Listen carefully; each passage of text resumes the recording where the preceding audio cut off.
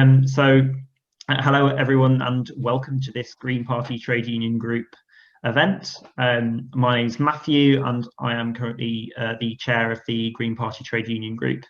The group is a group of trade unionists and their supporters within the Green Party of England and Wales. And we're really excited to see so many people on this event from all across the globe, all across North America at least.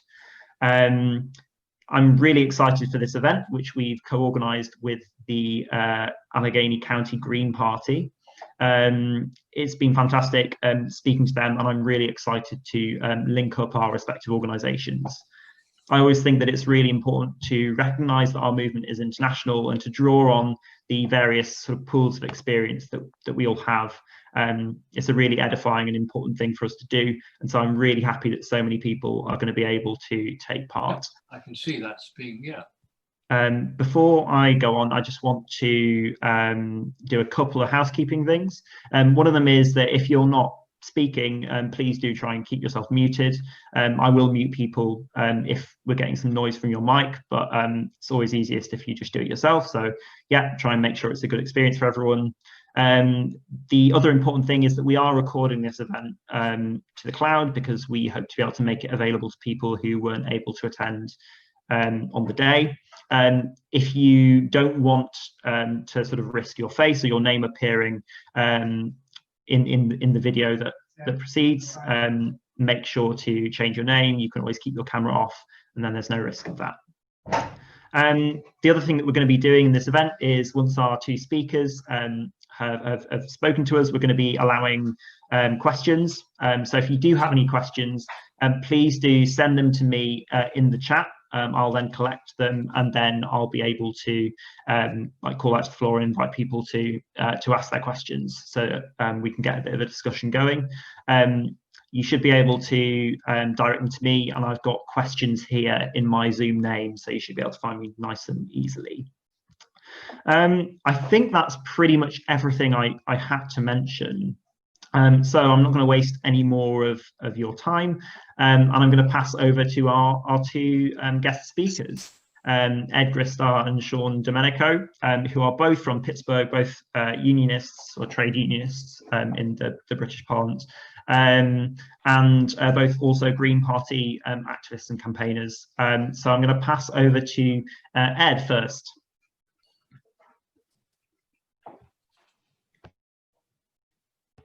I think you're muted. You might need to unmute yourself. Yeah, thank you very much, Matt, and I want to welcome everybody to the call. I'm pleased and actually honored to be able to speak to everybody today, and I hope we can have a productive discussion. I myself, real briefly, I've got about 40 years in the labor movement from the time I was like 18 or so years old, 20 years old. I've been an organizer with a number of unions, a representative, and I've kind of negotiated contracts, been president of the Labor Council, which is a regional body.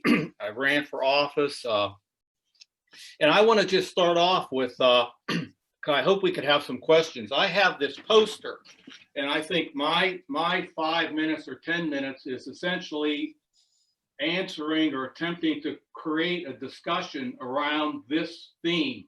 What kind of a trade union do workers need today?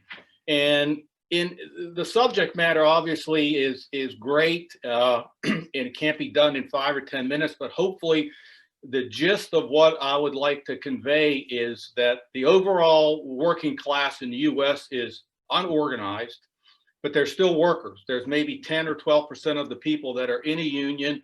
The wages and overall working conditions, safety conditions are deteriorating, and the man, as I call the man, which essentially is the ruling class, knows they can't do this with a big push.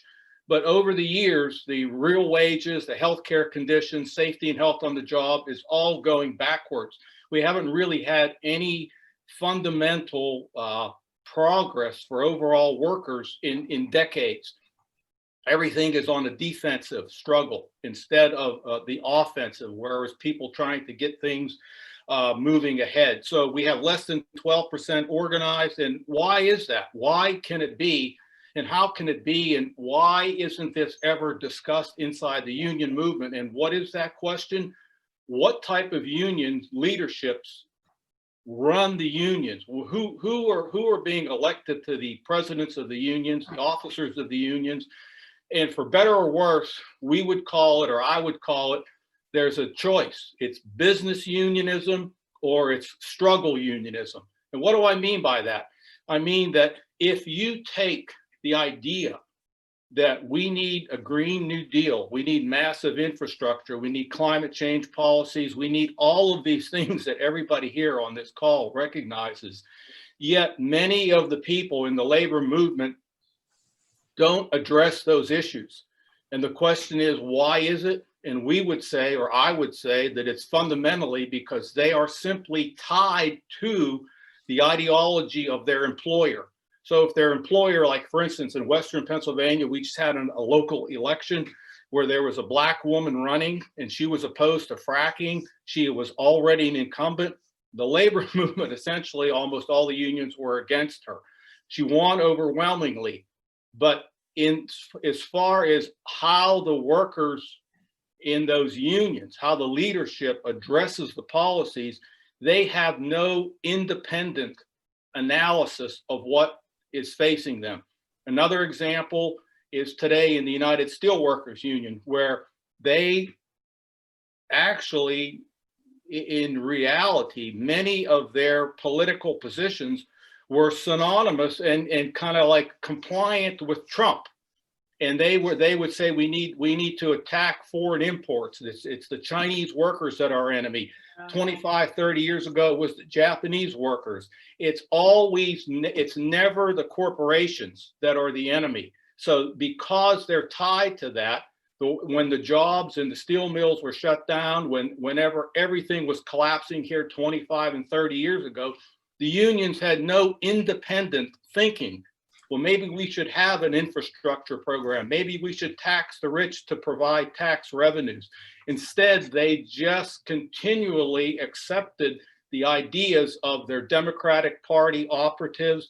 And because of that, the workers are left disorganized, they're left disoriented, they're losing their jobs, pollution is growing, and there's no actual fight in the labor movement to move us in a positive direction.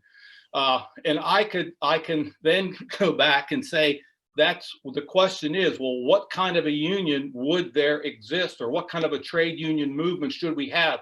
And the question then becomes, what is the role of Green Party activists, class conscious people inside the labor movement to organize caucuses, to organize opponents to these policies in an independent fashion? Because continuing to tie your kite to the benefits of multinational corporations, like for instance, 10 years ago, and you could multiply this in almost any industry, you had the pharmaceutical companies making money and they wanted to support the TPP, Trans-Pacific Partnership.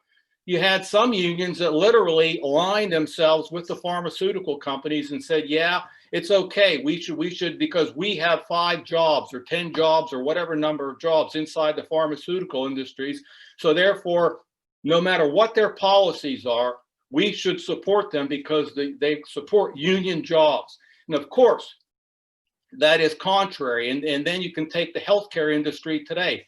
You have 75, the latest poll on Fox News of all ridiculous examples. Fox News reported on it at the last election that something like 75 or 80% of the polls, exit polls in the election showed people supported Medicare for all. Yet you have almost all of the unions silent on this crucial issue, refusing to take any mobilization, so the public wants certain things, and the labor movement, rather than generating a popular movement to push things in the right direction, they're either silent or they have muted ridiculous programs like calling your legislator or emailing them, or things that are totally ineffective.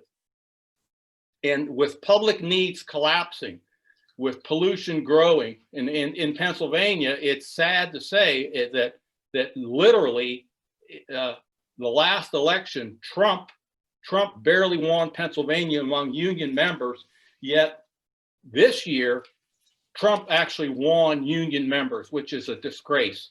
And we can argue, but we're here today to say, why is that? And I want to just read you this quote this is from the president of AFSCME in 2016, when Trump won, interviewed in New York Times. He says, you could just repeat this in 2020. Oh, he says, quote, we underestimated the amount of anger and frustration among working people, and especially white workers, both male and female, about their economic status. Lee Saunders, president of AFL-CIO's AFSCME, which is one of the biggest unions, New York Times. It's almost to the day, November 26th of 2016, but you could repeat that quote today. They haven't learned anything. And the fact is, they're not going to learn it because they have no ideology. They have no independent thinking. They're tied to the corporations, which is a dead end for the unions. I'm going to let it go after that because I think what really needs to happen is we have to talk about how individually workers who are functioning inside those organizations who have a different set of beliefs, how can they relay and talk and begin to change and transform those organizations? Because these organizations are many instances morbid. They don't function as a real trade union. And because of that, there's no energy, there's no vision, there's no outlook for pretty much anything. I hate to say it, and I'll end it here, is when I started my labor in about 1970, people said, you know what, Ed, we don't want to become a dues collection agency. We simply don't want to just collect dues from the members. We have to fight for those people. And essentially today, what you have is, and you can look at it any way you want, but we have organizations that are collecting dues, and they're more interested in how much money they can, revenue they can get. But you can't get revenue, you can't get people to join unions until you offer them something, and you have to have a fight. Now the question is, and this is my end, if you don't fight, well, I had a couple of battles with hospitals years ago where the workers were going to lose all their jobs, and the workers would come literally crying to the union meetings, and they would say, well, what do you want us to do? What should we do? The boss is killing us. The other unions are collapsing. They're against us. What should we do, Ed? And the answer is, if you do nothing, there's a guarantee of defeat. So there's a guarantee of defeat if you do nothing. But if you struggle, you might win. You might not win. But that's the question is, you have to pursue a strategy of struggle, because that keeps your hope alive. That gives your organization the impetus to move forward, because anybody can negotiate a contract that has concessions in it. The real question is, are you going to fight and perhaps retreat a bit, one or two steps, but you're still fighting because you have principle? Today, the labor movement lacks principle, and hopefully the younger generation will reconstruct it and move forward and recognize that it takes leadership to do this. And I'm going to end it with that. So I want to thank you, hopefully generate some comments. I just tried to give an overview, but thank you. And I guess I'll turn it over to Sean, my colleague. That's perfectly fine. I figured I didn't want to cut Matthew off. Okay. Hello, everybody, and thanks very much to everybody who's on for joining us. It's a real privilege for me to be able to talk a little bit about the perspective from where I'm at. And I do really appreciate Ed talking about his experience and his perspective. I've known him for a few years now, and I've come to really respect him as somebody who has leadership abilities in labor, and was a Green Party, or at least somebody with a Green Party alliance long before me. So just a little bit of a history real quick. I'm going to share a screen here in a moment, but my name is Sean Domenico. I live in Pittsburgh, Pennsylvania, for those of you who are joining us from elsewhere, not in Allegheny County. And I do know we have a couple people here from locations here in like Western Pennsylvania. But just real quick, I want to, for everybody, just very, very simple. Here we go. This is the state of Pennsylvania here in the United States, as it would appear in its location. Pennsylvania briefly has 67 counties, lots of counties, lots of small subdivisions. And those of us, Ed and I, and most of us are here in this region right here, in Allegheny County here in the left-hand side of your screen. There's also industrial areas here in the west and north of Allegheny County. When we go and we look how the state voted, just at a glance in the recent 2020 election, you can see these blue areas are the areas that voted for Mr. Biden. The red areas are the areas that voted for Mr. Trump, as Ed alluded to. And just as a way to take a quick temperature, what you're seeing there would mirror, for those of you in the United Kingdom, your blue areas on this, it would be the complete reverse. So your blue areas would be your areas where you would probably have Labor Party stronghold, and your red areas would be where you would have your Conservative Party or your Tories. And what you see here is that the other thing about Pennsylvania to remember is it's the 5th largest state in the United States, and the majority of its population is living in this county here, and more primarily in these counties. I would say it's about a half and half. Half the population is living in these 2 basic areas, and then the rest in the other part of the state. Wow. I have to close these in order to get access to something else that I want here on my screen without messing things up. I live near this. Now, it doesn't look, at first glance, you're wondering, what is that? That's a dump, but it doesn't look like that anymore. This picture is about 45 to 50 years old. It's just a little bit older than me. I'm 46. I was born in 1974, and I live about a mile away from this. Just at the top of the picture is where I live. This dump now basically looks like this, basically this area that you're looking down upon, you'd be standing on top of this long wall here. So this is a view that before we got on the call, Matt was saying what a beautiful city Pittsburgh is. And in some ways, most of the views that one sees of Pittsburgh is a view of its downtown. But what you're looking at here is a mall that's called the Century 3 Mall. It's going to be demolished within the next year. Its last occupant, which was the J.C. Penney Corporation here, actually formally closed 2 weeks before our presidential election, just a few weeks ago. And this mall has been in decline for about 15 to 20 years. And basically what they did is they took this area over here and turned it into a mall, and then slowly developed this entire thing. This dump was built, and I'm going to stop sharing at this point here and bring it back to me. That dump was built by rail cars coming and dumping slag from a local steel mill over the course of, a few decades. And unfortunately, people don't really talk about it anymore because it's now a commercial center. But one of the problems that we see here is it took however, maybe 20, 30 years to build that side of that mountain. But in less than I'm now older than that mall, and it's already gone. So I'm going to outlive that mall, which is basically another homage to capitalism. And instead of continuing to reinforce people's ability to support themselves and their local communities, they chose to, as is the case here in the United States, converge everything into one small section. So that's something that has been on my mind for most of my life.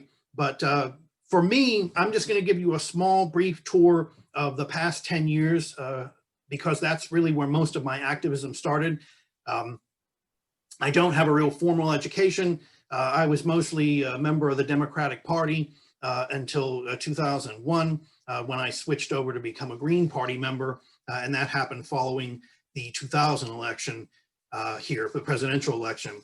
But I've always been concerned about environmental issues and clean air and clean water, and the tension that there is between a lot of working class people about the need to have work and the idea of, trying to keep clean water and clean air and respect the environment that we're living in.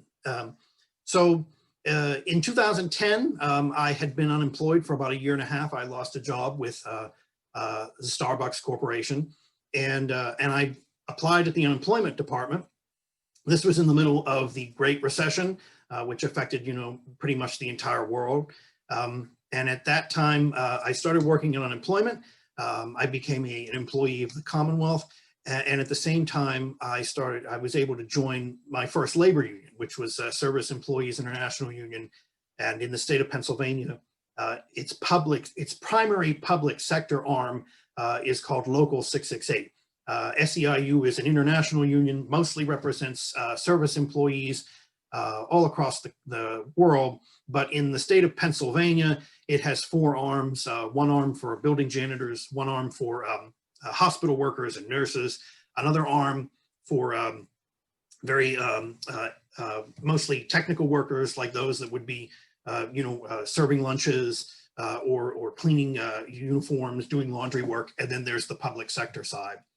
So in that first year, I was pretty much just getting used to what it was like to work for unemployment and get a feel for what was going on in the state of Pennsylvania, and administering this program that I knew existed, but I had only ever used it twice myself. So by the time 2011 rolled around, somebody had told me, why don't you run for steward? So I was already starting to become involved. I ran to be a steward in my office. I was an assistant steward, meaning I came in second. But that entire year was involving, getting to understand what it was, to hear people's grievances, how it related, how to separate the difference between a complaint and a grievance. And there's a lot of complaints, but then we had to negotiate a contract. We negotiate a contract every 4 years. And it was 2011, it was time to negotiate a contract. We were doing that under a Republican governor, a member of the Republican Party who was newly elected. And he had come to be governor on a platform where he was going to, help the state by cutting taxes and cutting social services waste. And then at the same time, giving a free rein pretty much to the booming fracking industry, which had been looming and growing over the course of a number of years.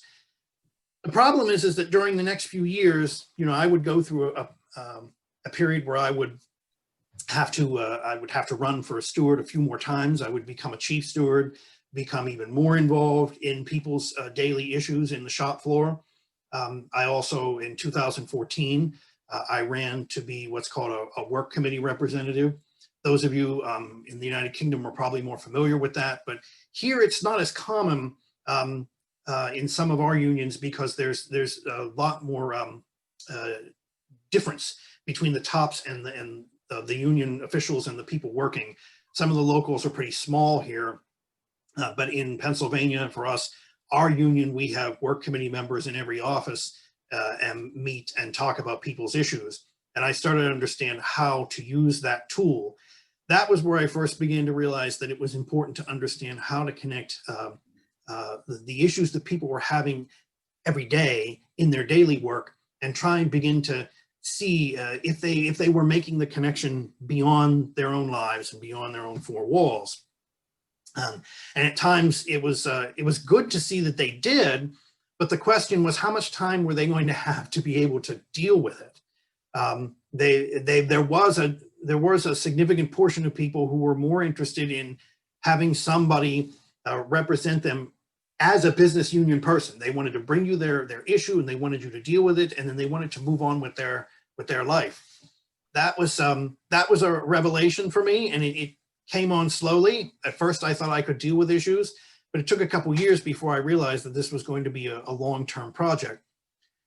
Also around 2014, I became a member of what we have in SEIU is called the Future Union Engaged Leaders.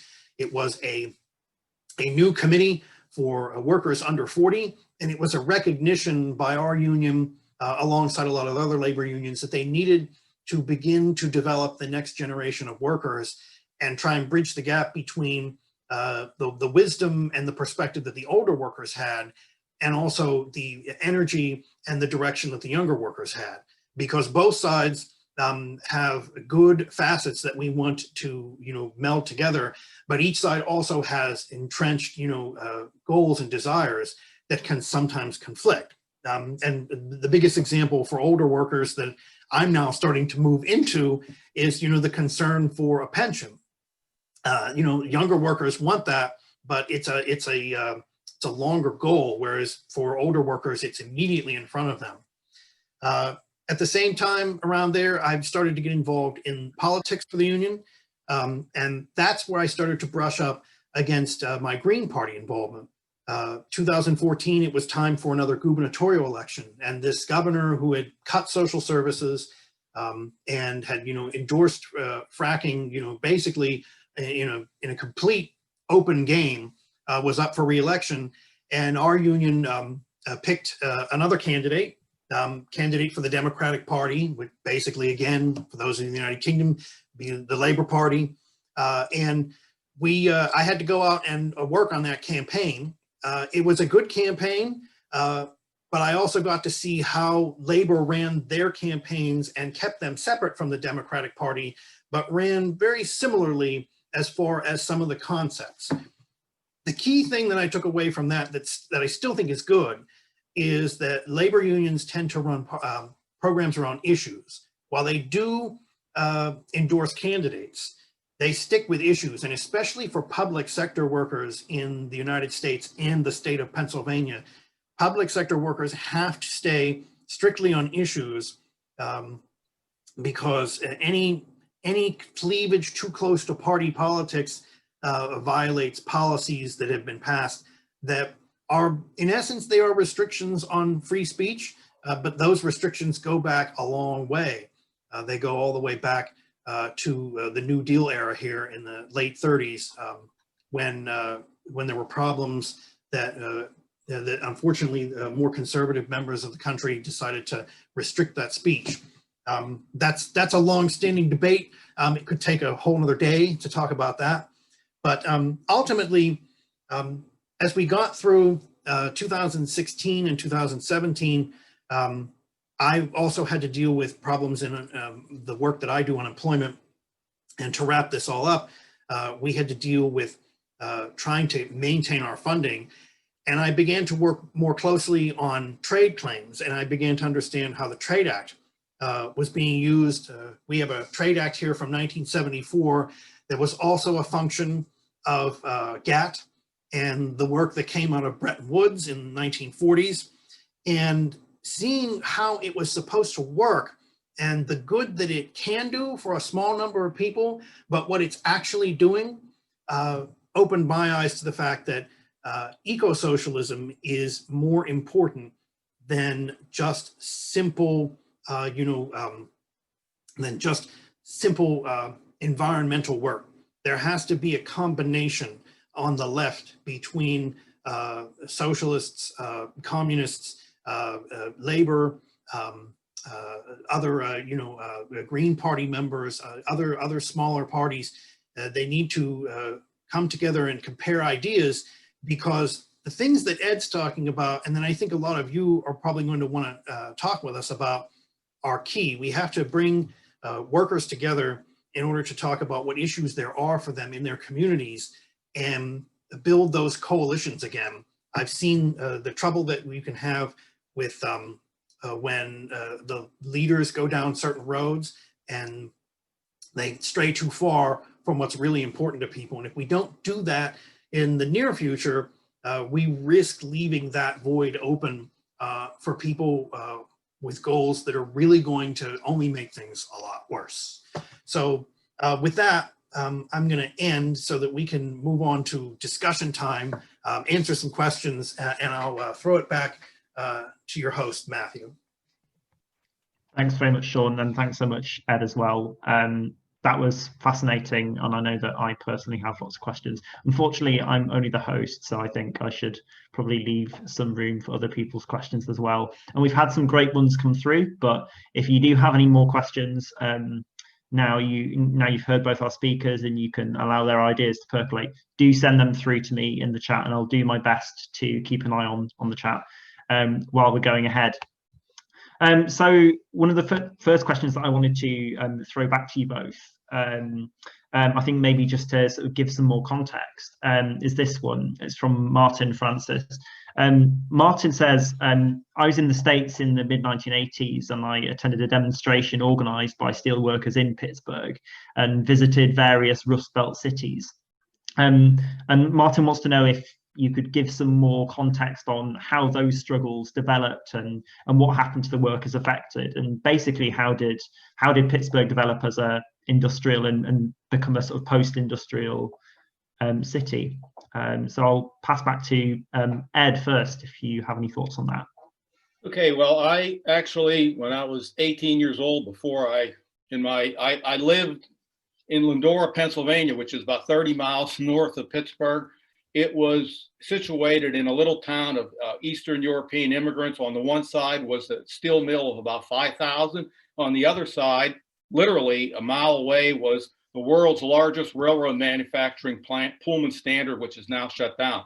So I grew up, family was the steel workers, and saw in kind of like as the steel industry created good jobs, created viable communities, and it had, unfortunately, the end result, not the end result, but it had the effects of the pollution and some of the negative effects. But there were, at that particular time, there was probably more positive energy because people had jobs, and that's how they were in the whole of Western Pennsylvania. What happened was, again, real briefly, is that there was deindustrialization caused by the capitalists not wanting to invest in social needs, and the end result of that was plants shut down. The question then became, what was the function of the union? What was the role of the labor leaders and their organizations when that effect came? And as I said before, because they were tied to the ideology of capital, because they had no alternative thinking mechanism. And what was the result of that? Well, the result of that was the beginning of this immigrant bashing, or the Chinese. Literally, you had people smashing Toyotas in parking lots and saying, and you had the racism engendered from that. Now, what would have been a better alternative? Well, perhaps a better alternative would have been for the unions, not just the steel unions, but all of the unions. When I say the labor movement, I'm saying the organized sector, to perhaps organize and say, well, all of the energy industries are collapsing, meaning that the workers are losing their jobs, yet simultaneously, right in front of their own eyes, the water plants were being poisoned. The bridges, like we were talking on the map, Pittsburgh has, I think, the largest number of bridges in the world, yet half of them are dysfunctional. Everything is collapsing. You could just generate tens of thousands of steelworker jobs and make the steel mills do things in a more environmental friendly way. And when that was occurring, that was not projected by any of the unions. That was a weakness, and that is still with us today. And so what we have to in the situation is that people see the need for something, yet nobody is offering it. And I'll end it by saying it has reached its most ridiculous end in the state of Pennsylvania, where the Pennsylvania legislature, which is now controlled by Republicans, but many of these Democrats are supportive of this. They created this public-private partnership where literally, instead of taxing corporations, billionaires, instead of, and the unions don't even argue this either, instead of saying we should be mobilizing people in the streets for an alternative program, they created a public-private partnership, passed the legislation, and the way they're going to get the money for investments is they're going to toll the bridges of Pennsylvania. It's just like we're going backwards. And for us to sit around and say, well, yeah, this is all you can accept, then you are part of the problem. That's it. That's pretty much it. Sean, did you want to contribute?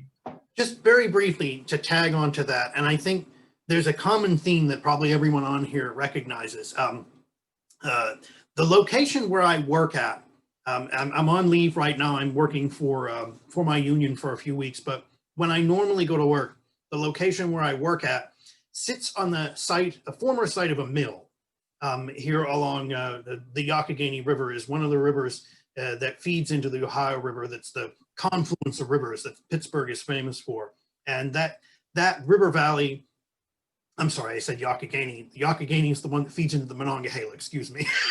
But that Monongahela River Valley is very long, and it once had an enormous number of steel mills along it, much in the way your same industrial centers in the Northeast and in the north of England would have had. And the place where I work at now, when I was a senior in high school, and I joined a team where we had to write a piece in a history class, we came down and we took pictures and talked about this location because it was vacant at that time. This was 1992. The mill had closed in the 80s. I now work on that location, and what's on that location? An unemployment office, a food bank for the entire Western Pennsylvania area, a training center for the steel mills, and a few small businesses. One which is makes pillows and blankets.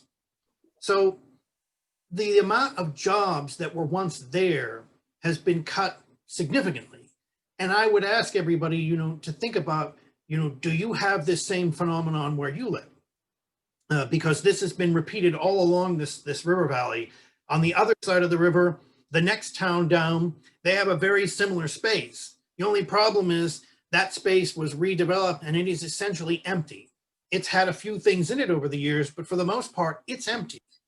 And over again, what the capitalist system keeps trying to fill these locations with are services and or retail.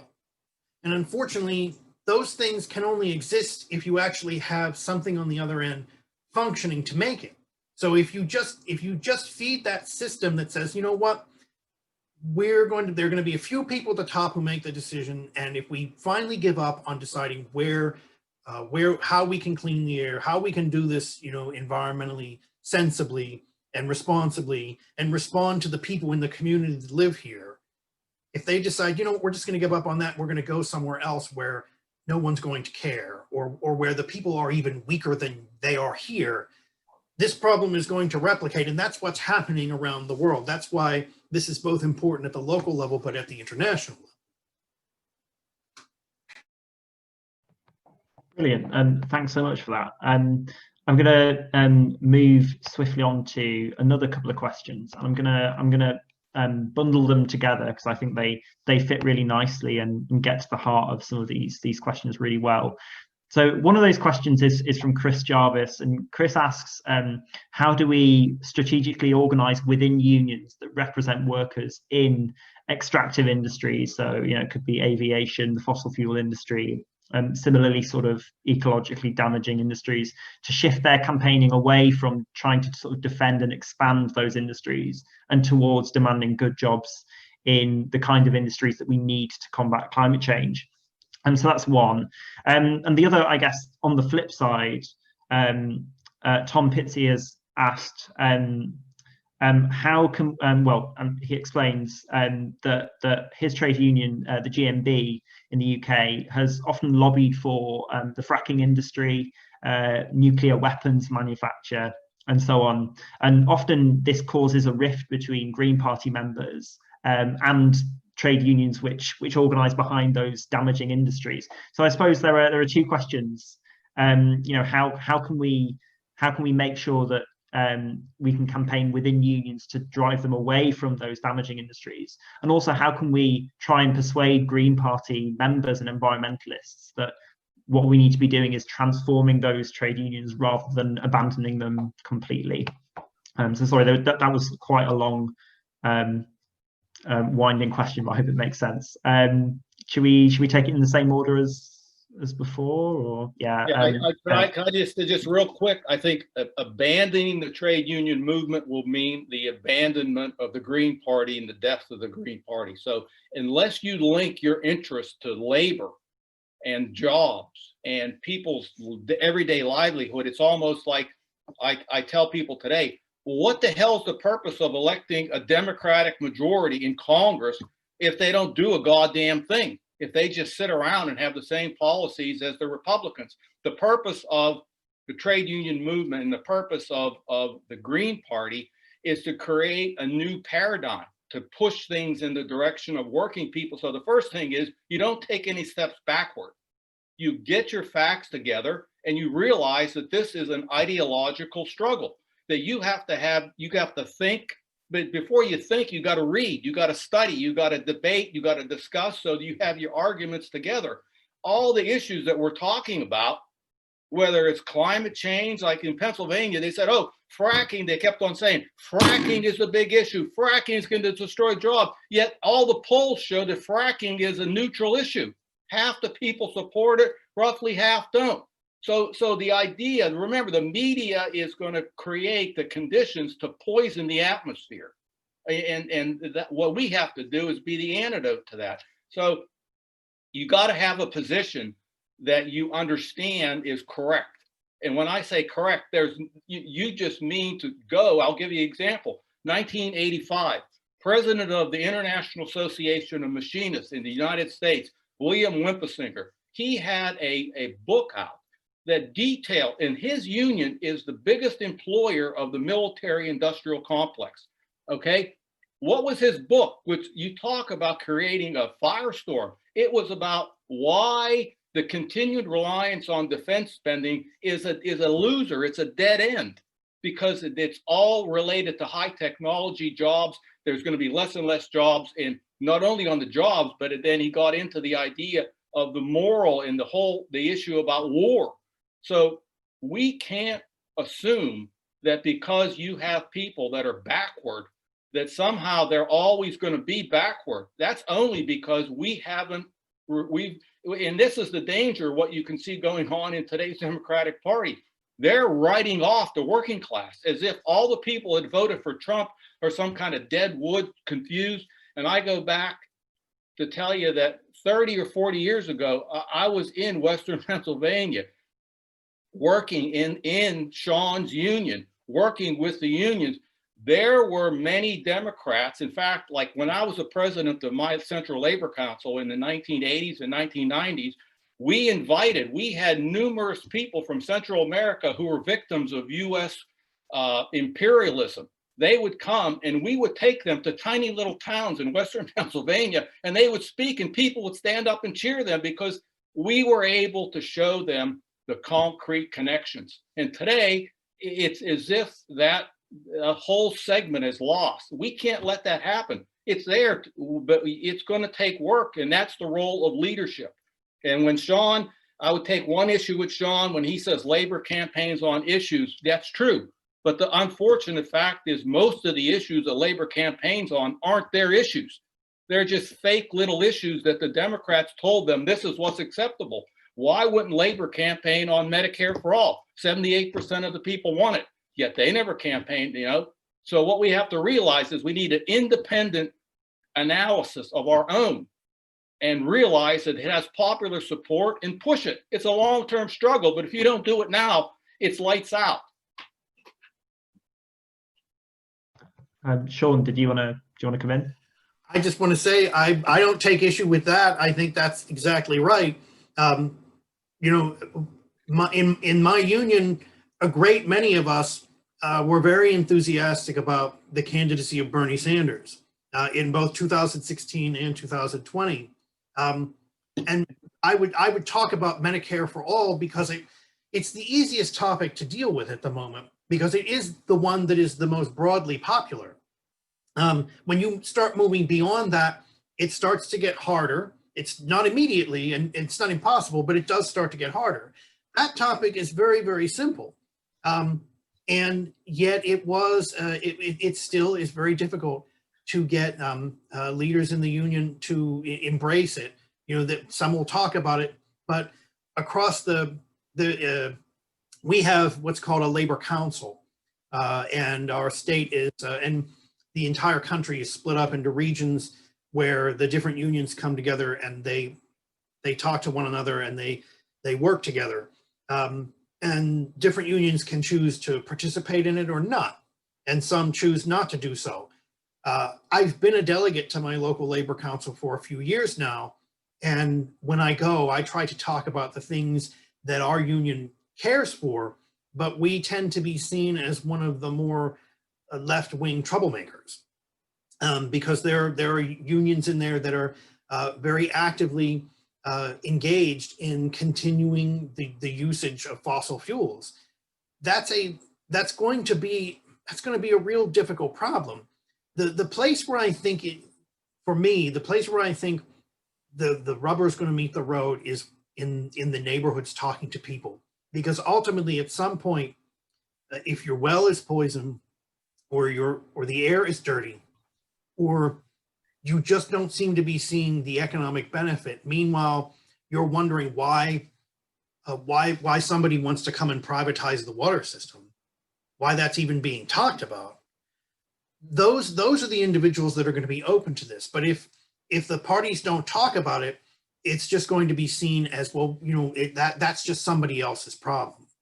So what I feel like the Green Party should be doing is continuing to engage those people, and to work with other people on the left. If that means progressive Democrats, that's one thing. If it means other, DSA and others, I see that kind of work being done, and I think it's really good, because here in Pennsylvania, unfortunately, the Green Party is often pushed to the side. It is seen as a problem, and this goes back a long ways. It goes back to the election of 2000. But just for two pieces of context, in the year 2018, when the current governor, who's a Democrat, was running for re-election, and I did go out and work on that campaign for the union, in different meetings around the state with the AFL, which is our Federated League of Unions, they were actively saying, this is the most dangerous person in the state of Pennsylvania, and they were showing a picture of the Green Party's candidate for governor, Paul Glover. And now come to 2020, and the Green Party's presidential candidate is removed from the ticket because the left, or at least the Democratic Party, was afraid of this causing a problem. And that's why the Green Party needs to build its expanse. There's a movement in the United States called the People's Party that's trying to organize working people. And then there's a lot of discussion about, well, socialists can't do it because they have a bad name, and the Green Party can't do it because of X, Y, and Z. Everybody needs to come together and work on this, but I think the Green Party has a unique ability to move forward on that. And going through working people in the labor movement is essential. And I think, could I just say that I think that one of the holdovers is the effect of McCarthyism. And if people want to know what really occurred during McCarthyism, pick up a few books, and look at the history of labor when they were relatively on the ascendancy, and even after World War II, whenever there were many strikes, picket lines, wages were going up. And the effect of McCarthyism was to literally sever the brains and the leaders. I hate to, I'm going to be off base probably with some people, but when you take the energy out of the leadership of the labor movement, you end up with what you have today. And you end up with no vision, no principles, except for they'll wait to get a phone call from a corporation and say, here's what your marching orders are, or they'll wait for the Democratic Party to tell them what to do. And what you have today is a collapse of all of the simple things that should be we fight for. And if we can't raise our voices and talk about the pollution and the deadly impact of all of these things and the need for jobs, then, well, what's the purpose of having a union movement? There isn't any purpose other than, I said, collecting dues. Thanks very much for your answers there. It was really, really fascinating. I think really got to the heart of those questions. We should be able to fit in another couple of questions, and there are two that I think are sort of especially important. So I'm gonna give those both to you now. So the first one is a question about overcoming racism and anti-immigrant sentiment in the labour movement. I think you've both touched on it a little bit and mentioned that you know, in Pittsburgh, as everywhere, you know, quite often during, you know, periods of industrial decline, you know, racism can rear its ugly head, and often unions have shamefully taken quite reactionary positions towards both political issues around migration, but also sort of racial tensions on the sort of domestic sphere. So I'd be really interested to hear your thoughts on how we can address that within our own movement and show support for social movements like Black Lives Matter and other movements for justice in our communities. And I'm also just going to slip in the other question so you can take them both at once. The other question was from Katrina, who says that in her experience, there's been increasing activism and political engagement among young people, the millennial and Zoomer generations. But many of our peers aren't really aware of labour unions as a really important part of their lives, and often they'll be very progressive and left wing, but being a member, an active member of a trade union, isn't something that would naturally occur to them. So how can we begin to address that and change that sort of that image that unions have? So those are two fairly big questions, but go for it. Sean, do you want to go first for once? Well, the issue on racism is one that it's a real in your face problem still. Unfortunately, Pittsburgh is technically located in Pennsylvania, which was technically north of the Mason-Dixon line, and therefore on the Union side in the Civil War, but segregation in Pittsburgh has always been there, and the history of its neighborhoods is an easy story on that. So, in the time that I've had to work, you know, with my union, I have seen you know, real hard conversations happening inside you know, the members who they're training to lead, and trying to grow that conversation. But what it takes at the end of the day, what it takes is the people who see these things and deal with them to bring them back and talk about them in their shops, when they have their shop meetings, when they talk about them in their community groups, when they talk about them at home, because, you know, you can't just, you have to organize it through all parts of your life. And one of the things that I tell people about when I think about why a different approach to unionism would be good, one that empowers the workers more, or brings more people into the movement so they can understand what power they have again, is, you know, if you're going to spend 8 hours sleeping and 8 hours at home, that's a third of your life we're working. So a third of your life is in the workplace. But organizing, you know, with racism and racial injustice in this country, it's going to be about treating each other with respect and dignity, and dealing not with, like Ed mentioned earlier, too many people inside the labor movement, inside their workplaces, they get focused on these very shop specific, very tactical issues. You know, this is my job, and I need to make sure that I have health care. And somebody in the chat who I have a great deal of respect for from our local area, Mel Packer, said, you know, well, why aren't the unions focusing less on just their own individual goals? Why aren't they focusing on the goals connected to people in general? And, you know, recently on one of the things to do that, recently on a chapter meeting call for our union, we had the opportunity to speak with a local official who's going to be new to our state legislature. And over again, the workers, as they talked to her about their issues, there was a common theme. And at the end, you know, I told her and asked her, well, do you hear anything here in these conversations that you see as you're being asked to put a Band-Aid on a problem that could have been fixed originally if we hadn't carved out special places for this group of workers and that group of workers and this group of citizens, and instead had a universal program? And she's a younger member who's going to be newer in there, and this representative, I think she's going to be pretty good, but she jumped on that because that's the key. We have to make that connection to what's good for the broader group of people. What's good for our neighbors, what's good for our city, what's good for our state is going to be better than just focusing on, I've got mine, and that's all I have to worry about.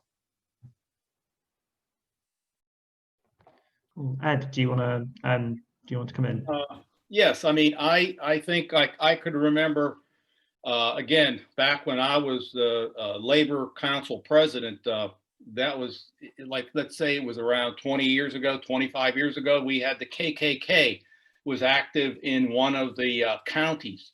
And the question came up in the Labor Council meeting, which is a collection of the unions. And they said, well, Ed, what do you think we should do? And this is just, and I think spinning off of Sean is that we have to create a discussion that what role does racism play in terms of lowering the standards of living, lowering the societal benefits for everyone, and that if we start fighting among each other, it has the benefit of only benefiting the rich, only benefiting the boss. The boss has used racism for millennia to divide people, to force them to fight among each other. And again, it's a constant struggle. This idea that we can somehow negotiate a contract and spend a couple of months doing that and then put the union to bed and just collect the dues and then worry that, oh, how come our members don't know? That's also a reflection. If you look at the book called The Long Deep Grudge, it's a book about the farm implement workers in Louisville, Kentucky, where the union literally, this was in the 1950s, during McCarthyism, they would go into the community and help desegregate shops. They would picket homes where people were being racistly accused of moving into neighborhoods. So again, if we can create some type of a different atmosphere, small as it might be, but we have lots of examples in history of how unions dealt with this, and we're kind of losing it, and it's a battle, and not to recognize it is the first problem, and it can't be just attacked by electing another person to office. This is an internal debate inside the union that only a viable and authentic union atmosphere can deal with. And so those are like things that we have to figure out. And again, it creates a discussion. You can't run away from it. And too often, many people do say, hey, Ed, I don't want to talk about it. It just gets me too upset. I hate it. But the reality is, if you let it go, it's going to poison everybody. And you can't let that happen. You have to try, again, to get your arguments together that this is not the forum for that, but how to do it that's how I would say. Thanks so much for that. That was really fascinating. I've just looked at the clock. I've been trying to avoid it, but I've spotted that it's almost 7:05. So I'm going to close out the meeting. But before you go, I've got one or two things to ask you to do, and these are really important. So do not leave until you have done this. Firstly, I'm going to ask you to give a great big Zoom round of applause to our two speakers and to everyone who's contributed to this. It's been really, really interesting, really exciting, and it is being recorded, so it's there for posterity as well. And I, for one, hope that it is the first of many interactions and cooperations between our two parties, and also between our respective labour movements as well. I know so many of the things that you've spoken about will affect and will relate to all of us on this call wherever we live, and I've seen people, you know, nodding their heads in agreement the whole time. So it's been fantastic. Thank you so much for coming and speaking to us. So the things I want you to do. Firstly, I would like you to follow the Green Party Trade Union Group on Twitter. I know it's very, very selfish, but please do it. Please share our stuff and look out for the next event that we hope to be holding very soon. Like us on Facebook as well, like our page. And finally, and this is a really important one, you'll see there the third link that I've shared is a click to tweet link. So if you click that link, it will automatically compose a tweet for you telling all of your followers how great this event was and how they should really give us a follow and look out for our next event. It sounds really small, but if everybody does it, we'll make some noise, we'll reach new people, we'll bring more people into our movement. So please do click that click to tweet link there and let everybody know how great this event was. I'll give people a few seconds to do that. I think that's pretty much it. I guess final thanks, because I've just seen in the chat, thanks to Jay Walker for linking us up. This has only happened because Jay was kind enough to link me up with Sean and then subsequently with Ed as well. So thanks so much for basically making this happen. But I think that's it. I've ranted enough. I'll leave you all to the rest of your day if you're in Eastern Standard Time, and the rest of your evening if you're in the UK. This has been fantastic. Thank you so much, everyone. Thank you.